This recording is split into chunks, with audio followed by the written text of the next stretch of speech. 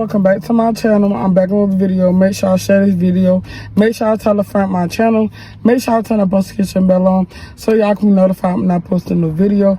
And let's go and hop into today's video. So y'all, I just want to tell y'all some things that I have learned like on my walk with God, and just and yeah, so let's go and hop into the video. So the first thing I would say is that, like, don't compare your walk that you have with God with someone else's. Someone else may be further than you. Someone else may be doing something different that you're not doing. And that doesn't mean that what you're doing is bad, because it's not. This person may be, going through something different than you. They may require to be in their word more, or be consistent in their prayer life more, because it's something that God is calling them to do. I mean, which you should be consistent in your word and in your prayer life anyway, but sometimes you have to increase that. It depends on what God is calling you to do. So do not compare your walk to no one else, because at the end of the day, whatever God got you doing, he have you doing that. He don't have nobody else doing that. What God called you to do,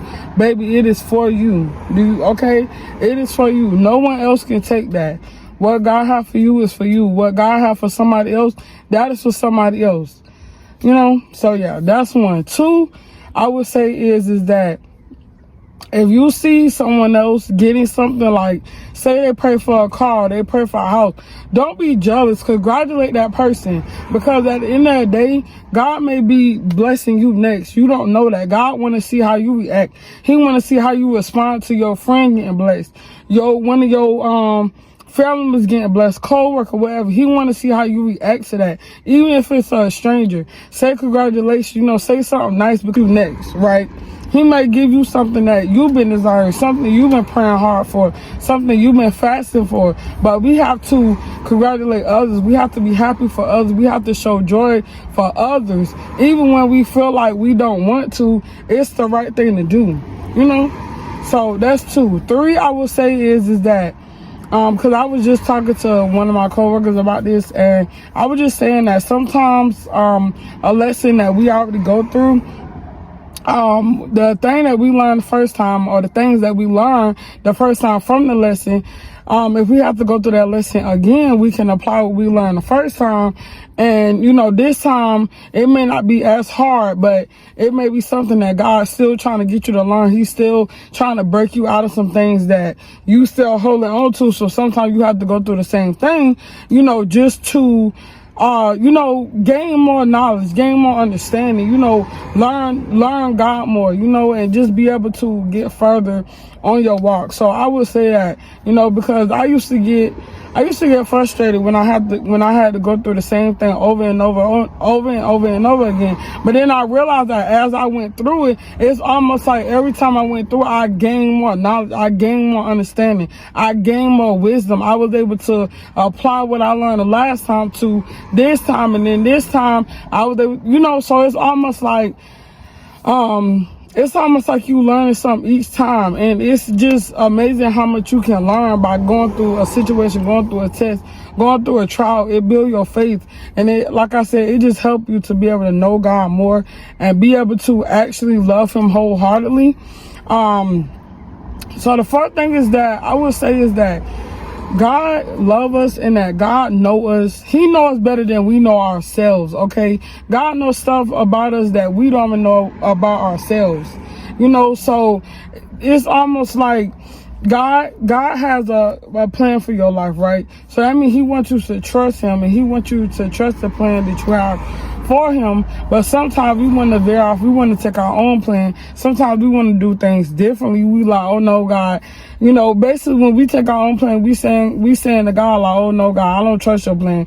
Your plan not good for my life. I'm gonna come up with my own thing. I'm gonna do what I want to do. But then the good part about God is that he let you do what you want to do. He let you to go ahead and do what you didn't plan in your mind that you think that's gonna work, because you think that you know yourself. But then in reality, you go through that and then you realize it's not what you thought it was, and then you still have to end up going through what God originally had for you.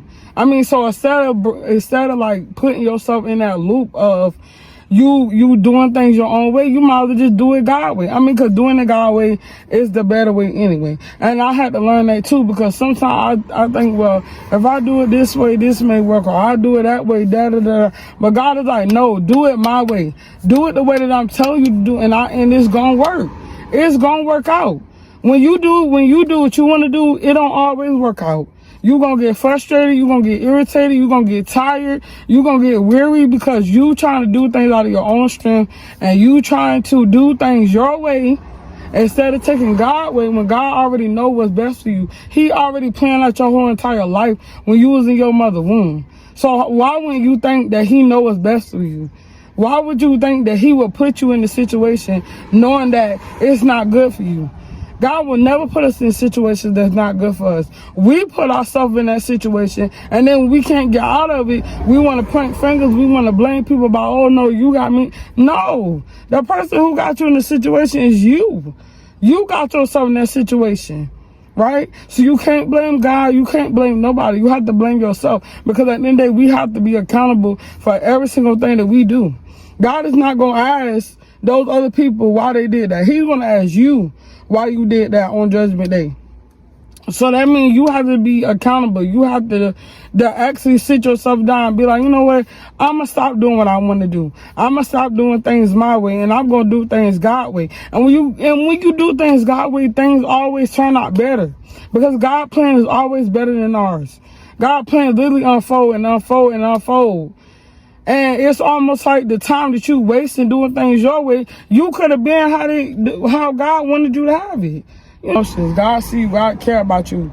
Release those emotions, release those tears, release that pain into God's hand. Allow him to carry it for you, right? Allow him to lift those burdens off of your life so you can do what he called you to do.